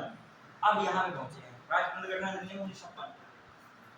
इसमें जो है कह सकते हो जो समस्याओं का समाधान करने के लिए, समस्या का समाधान, समस्या का समाधान करने इसलिए क्या कुछ राज्यों को दिया गया, विशेष दर्जा दिया गया। समझ पाए, जो सब कुछ राज्य पुनर्गठन अधिनियम कर लिया होता तो विशेष राज्य का दर्जा का कोई नौबत ही नहीं आता। क्लियर, समझ पाए। तो इसका विशेष राज्य का दर्जा की बात भी कौन कर रहा है, राज्य पुनर्गठन अधिनियम सारी समस्याओं का निजात नहीं कर रहा है। उसके बाद यदि समस्याएं ना होती तो राज्यों को विशेष दर्जे का कोई मैटर ही ना बन रहा होता। अब ये इसीलिए विशेष दर्जा दिया जा रहा है कि ये सारी समस्याओं का हल नहीं कर पा रहा है। और ये कब निकल के आया किस आयोग की सिफारिश पर, फजल अली आयोग। अच्छा, फजल अली आयोग की मेन सिफारिश में क्या थी, मेन सिफारिश, मेन फजल अली आयोग की सिफारिश में क्या था, कहा जाए भाषा के आधार पर राज्यों का गठन किए जाने की अनुशंसा की थी। समझ पा रहे हो कि नहीं, साथ साथ मतलब ये लेकिन कहा था भाषा के आधार पर राज्य, मतलब जो है अलगाववाद न पैदा किया जाए, ये बात कह रहे हैं। लेकिन ये बात कह रहे हैं भाषा के आधार पर राज्यों क्या हो सकता है, गठन कर। बहुत सारे इसके बाद तो भाषा के आधार पर तो राज्यों के गठन हुए। बताइए 1960 में पढ़ रहे हो, 1960 में किसको पढ़ रहे हो, महाराष्ट्र और गुजरात। देखा है इससे पहले क्या रहा था, बम्बई था, क्या था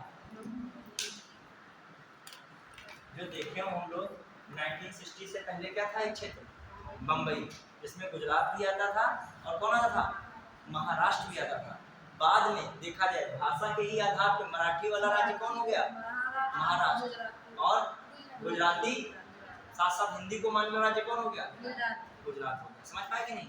इसी के बाद में कुछ समस्या ही रह गई, वरना काम हो नहीं जाता यहाँ पे। अब समस्या क्या रह गई, यहाँ पर जो है पिछड़े क्षेत्र हैं जिनको अलग से दिखते थे कुछ, उसके लिए क्या दिया गया आर्टिकल इनको 371, कौन दिया गया 371 में इनके जो है चीजों को सुधारने के लिए व्यवस्था की गई। क्या इस राज्य पुनर्गठन ने सारी व्यवस्था कर दी थी जो फ्री होती थी 371 की, इसको जरूरत नहीं पड़ती। समझ पाए कि नहीं पीछे जोड़ा जो है। अब आइए महाराष्ट्र के, समझ पाए कि महाराष्ट्र और गुजरात जो है कब स्थापित किए गए, 1960।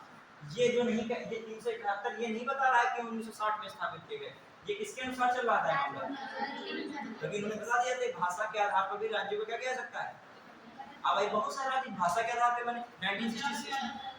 1966 में कौन बना, पंजाब और हरियाणा। पंजाब पंजाबी वाले पंजाब, हरियाणवी मतलब हिंदी वाले कौन है, हरियाणा।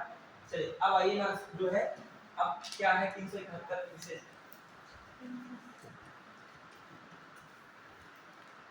अब आते हैं महाराष्ट्र।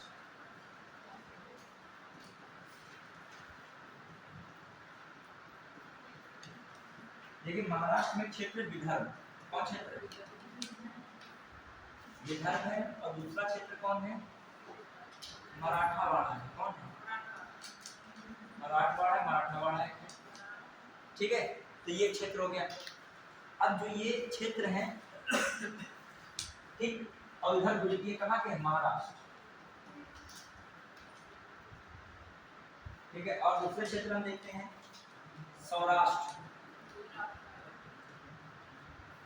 और एक क्षेत्र कौन हो गया, कच्छ। इनका कौन हो गया, गुजरात। ठीक है, अब ध्यान दीजिएगा।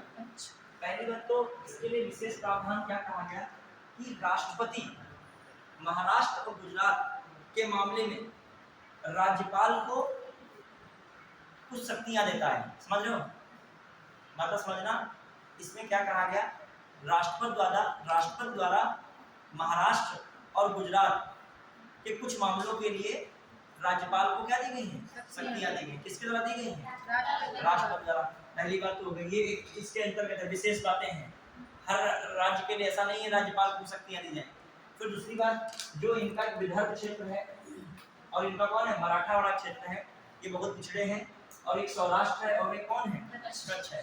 इन जगह पर क्या बनाया जाए, विकास बोर्ड बनाया, पृथक विकास बोर्ड बनाया जाए, अलग से क्या बनाया, पृथक विकास बोर्ड का गठन।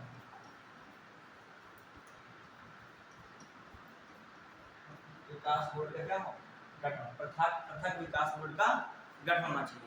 क्लियर, तो बात समझ पा रहे, पृथक विकास बोर्ड का गठन हो, किसमें कहा जा रहा है, 371, किसके लिए, महाराष्ट्र और गुजरात के लिए।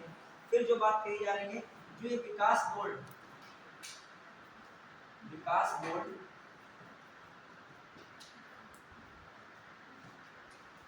विकास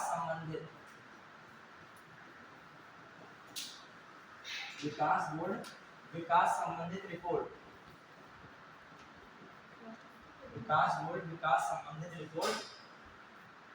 विधान सभा को सौंपता है। क्या सौंपता है, विधान सभा को सौंपता है। ठीक है, और विकास बोर्ड को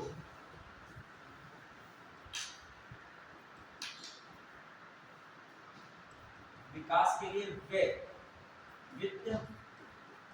वित्त का व्यय कर सकता है। वित्त का क्या कर सकता है, मतलब उस क्षेत्र में विकास बोर्ड धन भी आवंटित एक हिसाब से कर सकता है, विकास पैसा भी खर्च कर सकता है, मतलब स्वायत्ता इसको एक हिसाब से क्या होती है, मिल जाती है। ठीक है, तो वित्त का क्या कर सकता है, व्यय कर सकता है। बहुत सारी चीजों में व्यय कर, शैक्षिक तकनीकी शिक्षा संबंधित कोई चीजों जो कह सकते हो वहाँ के उद्धार के लिए विकास के जरूरी है, तो कौन कर सकता है इसका पैसा, विकास बोर्ड। इसके बारे में बात कही गई है। फिर आ जाइए एक और बात, यहाँ पर जो हम लोग कह रहे हैं राष्ट्रपति,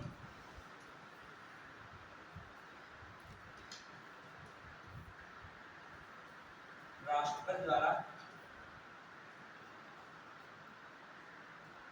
महाराष्ट्र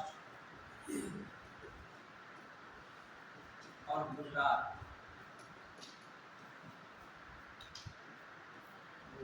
के संबंध में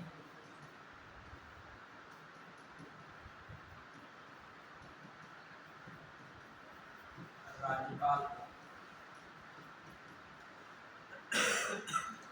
अधिकार दिए जाते हैं, कुछ विशेष अधिकार देते हैं, कुछ विशेष अधिकार दिए। मतलब राज्यपाल की पावर देखा जाए कहाँ बढ़ा दी जा रही है, कहाँ बढ़ाई जा रही है, 371 वाले आर्टिकल के तहत। क्लियर, ये बात आ रही है किसमें हम लोग बात कर रहे हैं, क्लियर।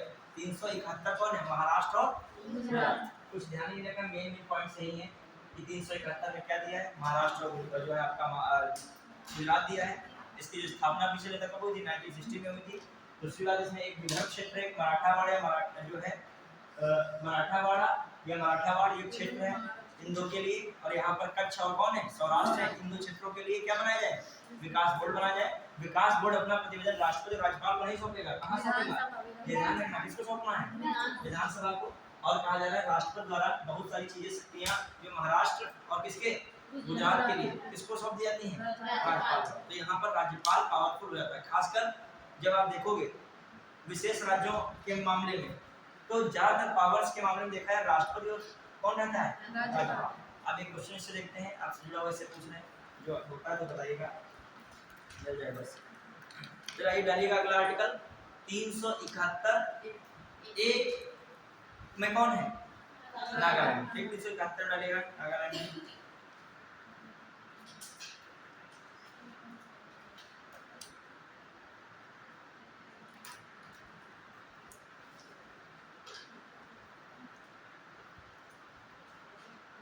बताइएगा, एक क्वेश्चन लिखा है, आर्टिकल 371 प्राधिकृत करता है कि संसद, बताना है आपको, सही से बताइएगा, सोच समझ कर बताइएगा। आर्टिकल देखो, ये ऑप्शन दिए पहले बता, ऑप्शन ए है, बी है, सी है और कौन है, डी है।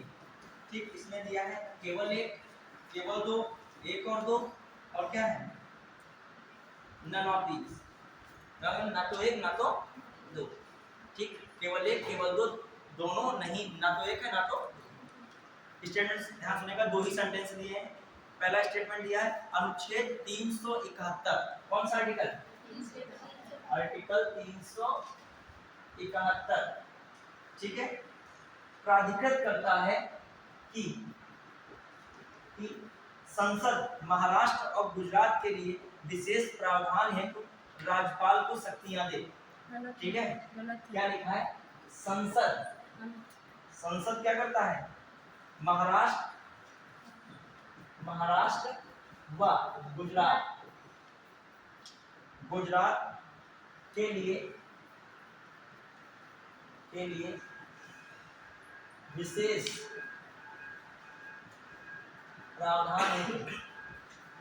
प्रावधान हेतु किसको शक्तियां दे, राज्यपाल को शक्ति दे, समझ पा रहे, ये लिखा है। अगला सेंटेंस लिखा है नंबर 1, नंबर 2 क्या लिखा है इन्होंने, संसद द्वारा बनाया गया अधिनियम। ठीक है, लिखा है संसद द्वारा बनाया गया अधिनियम, जो नागालैंड संबंधित है। हम इसी से आपसे पूछ रहे हैं, दूसरा घंटे हम नागालैंड पढ़ाया नहीं, दूसरा घंटे से हम अपने आप से पूछ रहे हैं,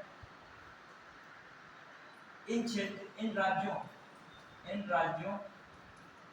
में बनाए गए विकास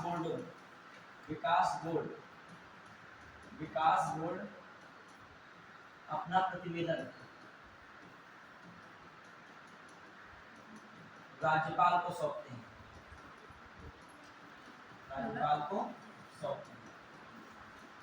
समझ पाए सेंटेंस। अब देखिए पहला स्टेटमेंट क्या लिखा है, ध्यान देगा, आर्टिकल 371 के तहत कि संसद महाराष्ट्र और गुजरात के लिए विशेष प्रावधान हेतु राज्यपाल को शक्तियां दे। किसको शक्तियां दे? राज्यपाल को शक्तियां दे। ध्यान देगा, ये सब ऐसे कर नहीं पाएंगे स्टूडेंट जब तक पढ़े नहीं होंगे टॉपिक। फिर आइए अगला स्टेटमेंट है, इन राज्यों में मतलब गुजरात और महाराष्ट्र बनाए गए विकास बोर्ड अपना प्रतिवेदन राज्यपाल को सौंपते हैं। ये भी गलत है, दोनों गलत है। तो कौन सा ऑप्शन रहेगा? नॉट। समझता है कि नहीं? यहाँ पे पहले वाले में गलत क्या है? संसद नहीं देगा, इसको कहा दी गई है, राष्ट्रपति को दी गई है कि राज्यपाल को कुछ अधिकार दे, शक्तियां दे महाराष्ट्र और गुजरात के संबंध में। ठीक है, संसद नहीं, दिमाग में रखा, वरना संसद देती है। यहाँ पर कौन पावर दे रहा है? राष्ट्रपति। और दूसरे वाले वाक्य में क्या कहा गया है कि जो विकास बोर्ड होंगे अपनी जो रिपोर्ट देंगे किसको सौंपते हैं? विधानसभा को सौंपते हैं, ना कि राज्यपाल को। पढ़ा क्या? चलिए अगला ये नागरिक को पढ़े। देखिए जब कोई टॉपिक पढ़ते हो उस पे क्वेश्चन जब लगा लेते हो तो आपकी चीजें एकदम क्लिक हो जाती है दिमाग में, वो चीज शब्द को खेल जाते हैं, सेंटेंस होते हैं और तुम तुरंत पकड़ लोगे। यहाँ पे तुमने संसद देखा तुरंत पकड़ लिया, यहाँ पर तुमने क्या लिखा था? तभी जब आप ये टॉपिक पूरा कवर कर लीजिएगा, जब दूसरा सब्जेक्ट चालू हो, अब तुम्हारा दूसरा सब्जेक्ट स्टार्ट ही हो जाएगा। वहाँ से जब क्वालिटी हटाए, क्वालिटी की जगह पे ऐसे जोरदार सब्जेक्ट होगा, तभी जो होना चाहिए ऐसे सब्जेक्ट कोई होना चाहिए जो नंबर का वेटेज देता हो, ज़्यादा देता हो। अब मान लीजिए इकोनॉमिक्स हो जाए, ये कोई वेटेज वाला सब्जेक्ट नहीं है, कितना भी पढ़ लोगे तब भी आप फंसना और फंस जाओगे। ठीक है, समझ लो।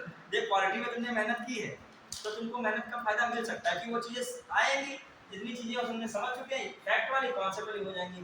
इकोनॉमिक्स में क्या पढ़ा तुमने? बहुत टॉपिक वाइज पढ़ा है, मतलब करंट का ही इकोनॉमिक्स से उठा के बजट वजट सब दे दे, डाटा वाटा उसी का, तो उसी से मतलब थोड़ा सा। अब ये हिस्ट्री है, ये ज़्यादा नंबर वाला विषय है। ठीक है, ज्योग्राफी था, पॉलिटी था, ये आपको ज़्यादा नंबर देते हैं। करंट अफेयर 60 में चल सकता है।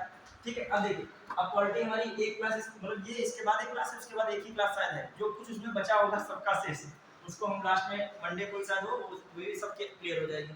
इसके बाद जो सब्जेक्ट आए तो वो स्टार्ट कीजिएगा, लेकिन इसके क्वेश्चन आंसर लगाते रहिएगा। समझ रहे हो कि नहीं? और ज़्यादा होगा क्वेश्चन आंसर की संडे को पीडीएफ बनाऊंगा, भेज दूंगा। ठीक, समझ गया कि नहीं? तो आप ये काम इधर से करिएगा, दूसरा सब्जेक्ट पढ़ते रहिएगा ना, ये भूल जाओगे, बोला ये जो है साफ हो जाएगा, वो तैयार होगा तो ये भूल जाओगे। अच्छा वो जो सब्जेक्ट हो वो भी वो जबरदस्ती चलेगा, जो भी पढ़ाएगा। कॉमन सी बात है, कोई यूपीएससी का लेवल पढ़ाएगा तो हाई लेवल तो पढ़ाएगा ही, जो वरना हिस्ट्री का कहने का मतलब मॉडर्न हिस्ट्री यदि है तो मॉडर्न हिस्ट्री जोरदार नहीं पढ़ाएगी, फंसेगी नहीं। अब वही तुम्हारा सारा हिस्ट्री, मान लीजिए 25 क्वेश्चन हिस्ट्री का आ रहा है, 25 में तुम्हारा अकेले कितना 12 से 15 कौन कवर कर रहा है? मॉडर्न हिस्ट्री कर रहा है। कौन कर रहा है? अब मॉडर्न हिस्ट्री जो हल्की पढ़ोगे सारा 25 का था उसमें बेसा अब वो सेंटेंस थोड़ी पूछेगा गांधी जी चंपारण कब पहुंचे, ठीक है, या खेड़ा आंदोलन कब शुरू हुआ, उसके अंदर भी रिपोर्ट बना के पूछी जाएगी। अच्छा जो रिपोर्ट को पढ़ेगा चंपारण वाली तो चंपारण आंदोलन को नहीं पढ़ पाएगा। जब कोई कह दे पेपर लो आ गया, हम हाई पढ़े थे तभी नहीं हो पाएगा ठीक है, ये तो गलत बात है। जो हाई पढ़े होगे तो लो से ही तो गुजरे होगे। अभी टीसीएस की है, मान लीजिए डेट अभी आरओ टीसीएस में बात चल रहा है, तो टीसीएस का रास्ता किससे हो गया, मतलब आरओ का रास्ता किससे हो जाता है? टीसीएस। जब टीसीएस की डेट डिसाइड हो जाएगी तभी किसकी डिसाइड हो पा रही है। लोग कह रहे हैं आरओ की क्या हो रहा है, अरे पहले टीसीएस तो डिसाइड हो। अब टीसीएस आरओ की डेट क्लैश हो रही है, उधर अपना सीटेट वाले भी जोरदार लगाए हुए हैं कि हम भी अपने करा के रहेंगे सेंटर वगैरह, और सेंटर यूपी में तो नहीं है। अब आइए देखते हैं आर्टिकल 300 का। बहुत स्टूडेंट है कंफ्यूज है आरओ के लेकर, सर अगर टीसीएस का डिसाइड कल मीटिंग हुई थी, मतलब जो है यूपीएससी में कल मीटिंग हुई तो उनको चाहिए था नोटिस दे, लेकिन इसका मतलब इस पर सभी नोटिस नहीं दिया। अभी भी मतलब कुछ डाउट है, कभी भी एग्जाम की डेट क्या है कुछ बदल सकती है। और जो 7-8 बता रहे वो जो ज़्यादा चल रहा है वो 7-8 पहले की है, जब मीटिंग नहीं हुई थी तब का 7-8 बताया जा रहा है। अब देखो कब से कब तक होता है कोई इसमें नहीं कुछ कर सकता। हाँ आर्टिकल कौन सा 371 नागालैंड। अभी नागालैंड को कागज पढ़ेगा, इस क्वेश्चन पूछूंगा। नागालैंड है, नागालैंड के बारे में पहली बात नागालैंड जान गए होंगे, राज्य पुनर्गठन अधिनियम में नागालैंड के कब गठित हुआ था?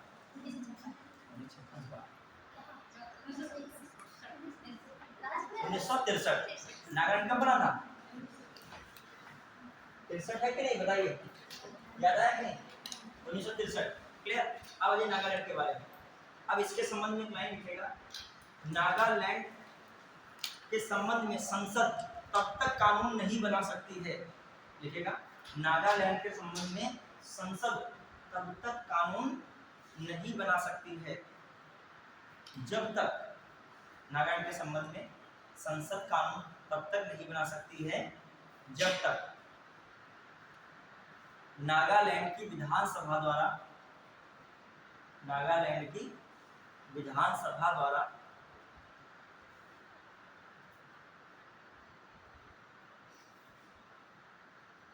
नागालैंड की विधानसभा द्वारा अनुपालन ना हो, नागालैंड की विधानसभा द्वारा उसका अनुपालन ना हो, उसका अनुपालन ना हो। इस बात को समझें, मतलब नागालैंड के मामले में, कुछ मामलों में क्या होता है, संसद तब तक काम नहीं बना सकती जब तक क्या है उसकी विधानसभा। अब क्या अपने राज्य के मामले में ऐसा नहीं है, वहाँ पे संसद चाहे क्या बना सकती है, काम बना सकती है, लेकिन वहाँ पे कोई नहीं बना सकती। अब देखिए क्या मामला ऐसा, एक बात क्यों नहीं बना सकती है, कुछ मामले ऐसे कैसे हैं, कौन मामलों कारण नहीं बना सकती है। देखिए एक तो है जो हम लोग देते हैं, इसमें इस तरीके से देखें, पहली बात तो ये हो गई, इसको डायग्राम में देते हैं। पहली बात तो ये संसद का कानून वाली बात हो गई, संसद कानून, ठीक है, किसकी मर्जी से बनेगा, यहाँ पर इसका अनुपालन नागालैंड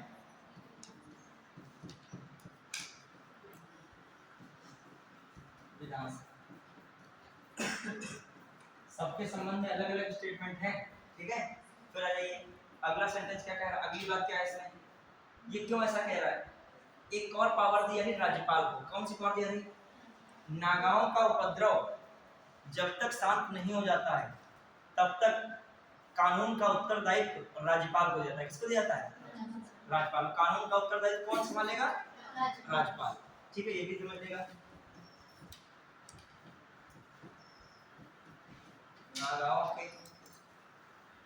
नागाओं का उपद्रव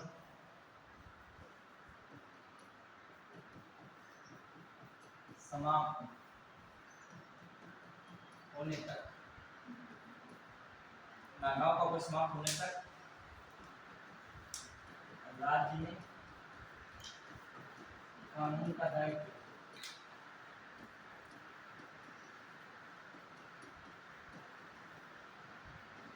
राज्यपाल को सौंपा जाता है।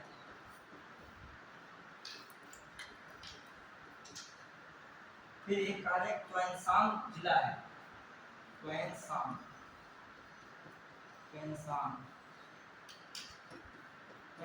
परिषद का गठन, क्वेंसांग परिषद का गठन होगा।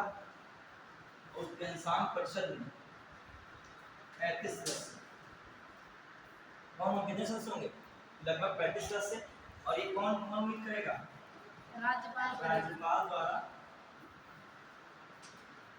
मनोनीत। और इसी परिषद से जो देखा जाए, ठीक है, इसी परिषद का मतलब ये 35 सदस्य ही इसका निर्धारण कर देंगे, उस क्षेत्र के विधानसभा सदस्य का, विधानसभा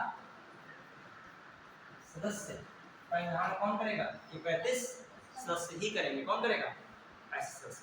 कहने का मतलब क्वेंसांग परिषद का गठन किया जाए, उसमें जो सदस्यों को राज्यपाल द्वारा क्या किया जाता है, मनोनीत किया जाता है। तो ये भी बात किसमें आई है, इसमें कही गई है, नागालैंड का जो विशेष प्रावधान है उसकी बातें आई हैं। देखिए एक बात इसमें हमने जो लिखी है, संसद तब तक कानून नहीं बना सकती है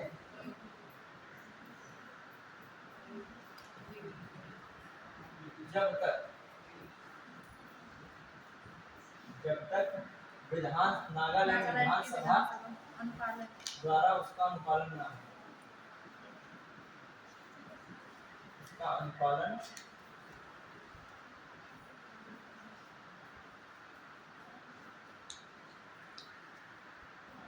क्लियर।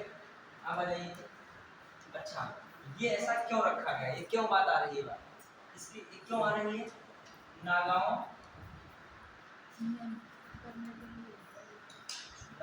की धार्मिक एवं सामाजिक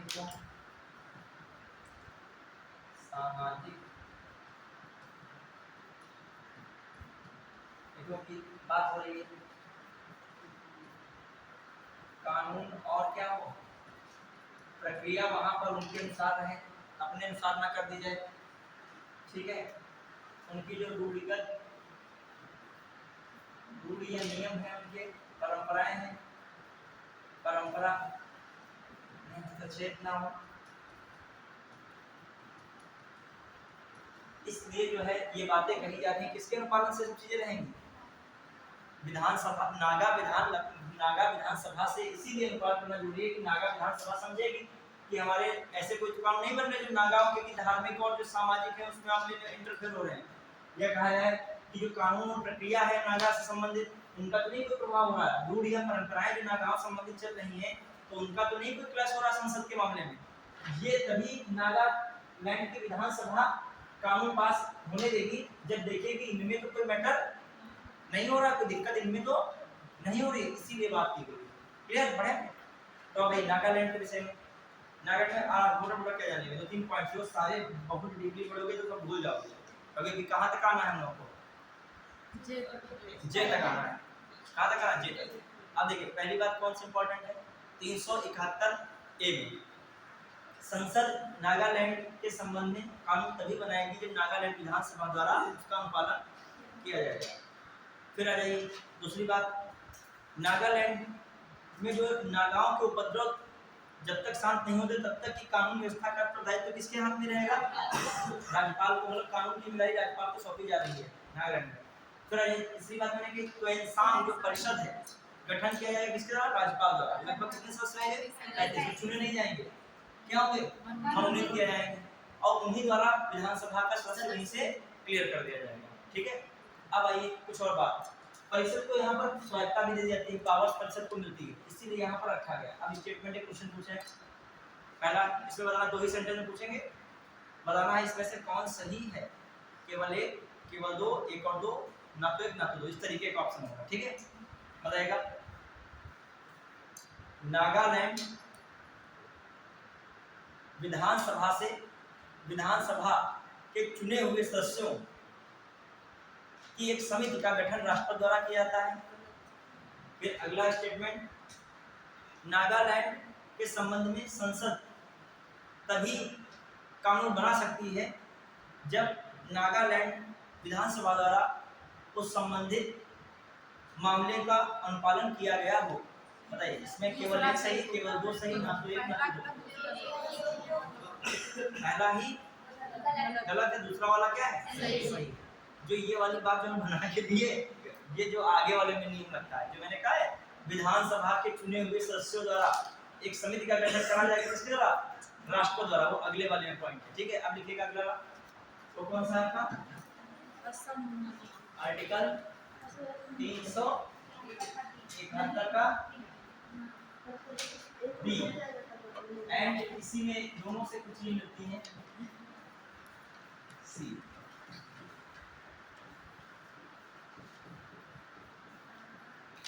क्लियर, ये है और बी और क्लियर।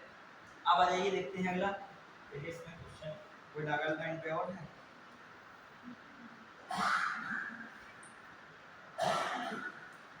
अब देखो इन्होंने जो स्टेटमेंट दिया था, देखिए क्वेश्चन सिंपल बता रहा हूँ लोग, नागालैंड का उल्लेख आर्टिकल 371 में किया गया है, ध्यान रखिएगा पूरा लिखा मुझे 371।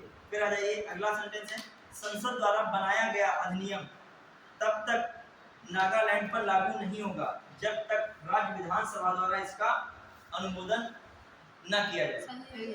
ठीक है, बताइए इसमें कौन सा है, पहला गलत है, दूसरा, पहला वाला गलत इसलिए कि 371 ए होना चाहिए, दूसरा वाला क्या है, सही। ठीक है, फिर आ जाइए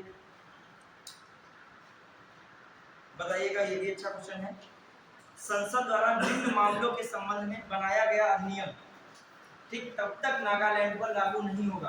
कौन सा मामले थे, ठीक है, संसद द्वारा निम्न मामलों के संबंध में बनाया गया अधिनियम तब तक नागालैंड पर लागू नहीं होगा जब तक राज्य विधानसभाओं द्वारा इसका अनुमोदन न किया जाए। समझना इस बात को, क्या बनाया गया है, संसद द्वारा निम्न मामलों के संबंध में बनाया गया अधिनियम नागालैंड पर तब तक लागू नहीं होगा जब तक कि नागालैंड विधानसभा द्वारा इसका अनुपालन या अनुमोदन न किया जाए। पहला बताना है इसमें से कौन सा होगा। पहला लिखा है नागाओं की धार्मिक और सामाजिक प्रथाएं, ऐसा मामला है तभी संसद कानून बनाएगी। जब कौन देगा उसको फाइल करेगा, नागालैंड विधानसभा। तो ये वाला भी क्या पहला पॉइंट है कि नहीं है? अगला पॉइंट नागा प्रथागत विधि और प्रक्रिया। देखो ऐसे कुछ लगे ऑप्शन, तो प्रथागत विधि नागाओं की जो विधि है प्रक्रिया है, तो बिल्कुल बात है, वो मैटर था कि नहीं, हमने वही लिखा था रूढ़िवादी नियम वगैरह उसमें है, परंपरा में। अगला नागरिक और आपराधिक न्याय का प्रश्न हो, नागरिक और आपराधिक न्याय का प्रश्न भी सर पड़ेगा। भूमि और उनके संपत्ति के स्रोतों का स्वामित्व और हस्तांतरण वाला मामला हो। फिर लिखा है चारों ऑप्शन लिखे हैं, तो इसमें लिखा है कि 1 और 2, फिर लिखा है एक ऑप्शन दिया उपयुक्त सभी, तो कौन होगा?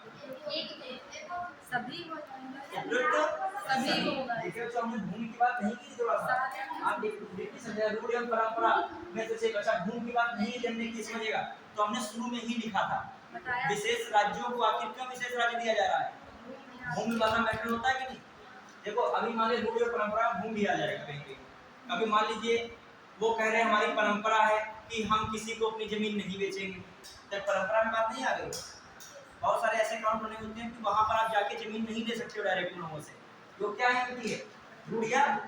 अच्छा अपने राज्य में है कैसा, जब जो पैसे देगा वो भूमि इधर उधर लेगा, तो आपकी इच्छा से रहता है भूमि खरीदना और भूमि बेचना, लेकिन वहां पर ऐसा नहीं है। चलिए ये भी सही है। अब आई मणिपुर के संबंध देखते हैं, किसके संबंध है मणिपुर। देखो एक क्वेश्चन करोगे तो इससे आपके अंदर एक चीज डेवलप होती है कि आप समझ रहे हो कि नहीं। अब देखो जैसे कानून प्रक्रिया विधि है तो सब वही, रूढ़ परंपरा कानून प्रक्रिया मैंने तो लिखा है, हमने भूमि नहीं लिखा, तो भूमि लिखना चाहिए इसमें लिख सकते हो, लेकिन भूमि तो इनका मेन परंपरा में आता है। भूमि जंगल वन ये सब जो भूमि है जंगल है वन उत्पाद है, ये तो जनजातीय क्षेत्रों के लिए क्या है मूलभूत चीजें, मृत्यु में लड़ाई कर रहे हैं। बिरसा मुंडा हिस्ट्री में पढ़ोगे किसकी लड़ाई करते हैं, जंगल और भूमि अपनी लड़ाई कर रहे हैं, ठीक है। तो सब यही वही रहता है। आइए अगला देखते हैं, अब आएगा आर्टिकल 371 बी आर्टिकल 371 सी। अच्छा जब यहाँ से क्वेश्चन जब आते हैं तो स्टूडेंट सरेंडर हो जाता है, उनको बता दें, क्योंकि ज्यादातर टॉपिक को पढ़ता है नहीं, ये भी क्वेश्चन आएंगे सबके बस की बातें नहीं होती हैं। बस इतना ही बहुत लोगों को इतना भी नहीं याद होगा 371 बी में क्या है, कोई 371 सी वही जान ले रहते हैं कि हमारा टॉपिक पूरा क्या हो गया क्लियर हो गया। लिखेगा इसमें, लिखेगा राष्ट्रपति द्वारा, हाँ दोनों में लिखेगा, ये देखिए इसमें मैं लिख रहा हूँ नागालैंड दोनों, इसमें कौन है असम और मणिपुर दोनों के लिए, असम और मणिपुर को लिखा के देखिए मणिपुर और असम और मणिपुर के संबंध में है, इसमें पूरा दोनों के लिखेगा। राष्ट्रपति द्वारा समिति का गठन किया जाता है, राष्ट्रपति द्वारा समिति का गठन किया जाता है, राष्ट्रपति द्वारा समिति का गठन किया जाता है। उस समिति में उन समिति में इन राज्यों का मतलब देखना इनके लिए अलग है, इनके लिए अलग है, लेकिन एक का मैं लिखा रहा हूँ, ये ना समझिएगा एक समिति ऐसी बनेगी जो असम और क्या हो जाएगी, हमारी बात समझ रहे कि नहीं, मतलब दोनों की चीजें सेम है, तो मैं इनको एक साथ दिखाना जा रहा हूँ। इसमें मैं कह रहा हूँ असम में मतलब एक समिति गठित करेंगे राज्य और मणिपुर में गठित करेंगे, वहां पर दोनों चीजें सेम रहेंगी। जैसे अब क्या होता है जो समिति होती है उसमें विधानसभा के चुने हुए सदस्य होते हैं, लिखेगा राष्ट्रपति द्वारा समिति का गठन किया जाता है, उस समिति में विधानसभा के चुने हुए संबंधित राज्य के विधानसभा के चुने हुए सदस्य होते हैं, संबंधित राज्य की विधानसभा के चुने सदस्य होते हैं, ठीक है, चुने सदस्य होते हैं।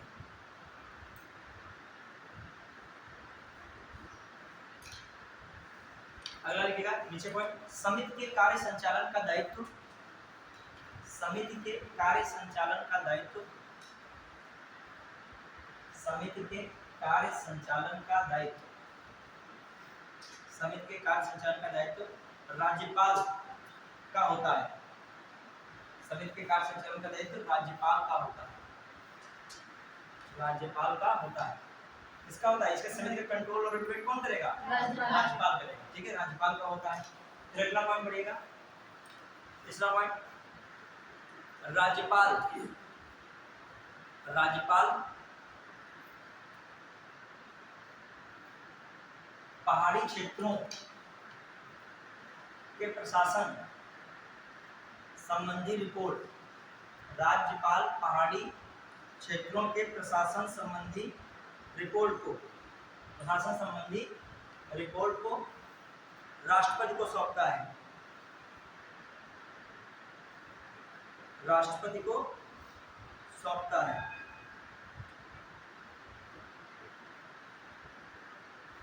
किसको सौंपता है? राष्ट्रपति को सौंपता है। अब आइए, एक क्वेश्चन है, इसे भी आप लोग बताइएगा, ये बातें किससे संबंधित है? मणिपुर असम। इसके क्वेश्चन है, देखिएगा, पहला स्टेटमेंट देखा है, मणिपुर के संबंध में निम्न कथनों पर विचार करें। देखा किसके संबंध में? मणिपुर के संबंध में निम्न कथनों पर विचार करें। पहला स्टेटमेंट है, राष्ट्रपति को यह अधिकार दिया गया है कि वह मणिपुर विधानसभा के लिए चुने गए सदस्यों में से एक समिति का गठन करे। सही है गलत है? आराम से सुनिएगा। देखा क्या, राष्ट्रपति को यह अधिकार है, मतलब किसको अधिकार है? राष्ट्रपति को एक अधिकार दिया गया है। क्या अधिकार दिया गया? मणिपुर क्या है? मणिपुर विधानसभा के लिए, किसके लिए? मणिपुर विधानसभा के लिए चुने गए सदस्यों में से, मणिपुर विधानसभा के लिए चुने गए सदस्यों में से एक समिति का क्या करें? गठन करें। दोनों सेंटेंस को एक में जोड़ के बता रहा है। बात सही है? इधर राष्ट्रपति गठन कर रहे एक समिति का, और समिति में कौन है? यहाँ के विधानसभा के चुने हुए सदस्य हैं।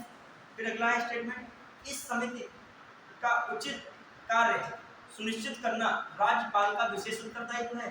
ठीक है। फिर अगला लिखा है, राज्यपाल राज्य के पहाड़ी क्षेत्रों के प्रशासन के संबंध में एक रिपोर्ट राष्ट्रपति को भेजता है। ये भी क्या है?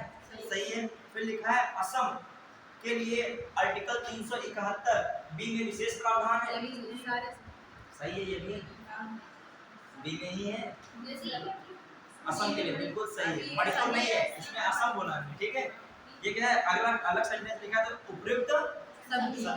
ठीक, मणिपुर के संबंध में था, लेकिन असम उसने बोल दिया तो असम भी ठीक है। बढ़िया क्या? चलिए, अब यहाँ तक हम लोगों ने किया। अब आगे डालिएगा, कौन सा आर्टिकल है? 300 आर्टिकल 371 कौन है? 371 का डी, और 300 एबीसी हो गया, एंड 371 का कौन हो गया? डी के बाद ई। क्लियर? अब समझिए, तो कैप करते जाइएगा, अगले पढ़ जाओगे, पिछले भूल जाओगे, सब में थोड़ा थोड़ा अंतर है। कहीं संसद है, कहीं राष्ट्रपति है, कहीं राज्यपाल है, कहीं समिति है, कहीं राज्यपाल द्वारा मनोनीत बनाई गई समिति है, तो कहीं राष्ट्रपति द्वारा बनाई गई क्या है? समिति। हाथ जब कर लो दिमाग में, हाथ हो जाएगा तो सिस्टम लगेगा। सबसे पहला मैंने कौन बताया था? मैंने बताया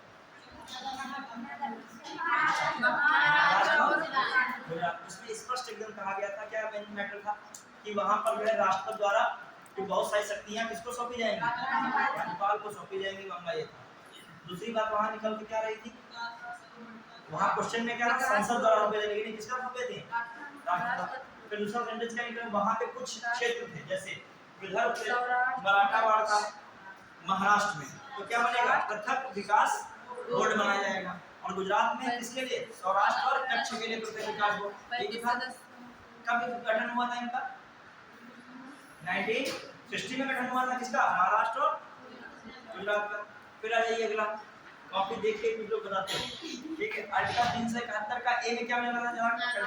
नागालैंड। नागालैंड के लिए बस विशेष ध्यान रखिएगा, संसद कुछ मामलों में जब कानून बनाएगी तभी जब किसका विधान किसकी नागालैंड विधानसभा का अनुमोदन हो या अनुपालन उसका किया जा चुका हो।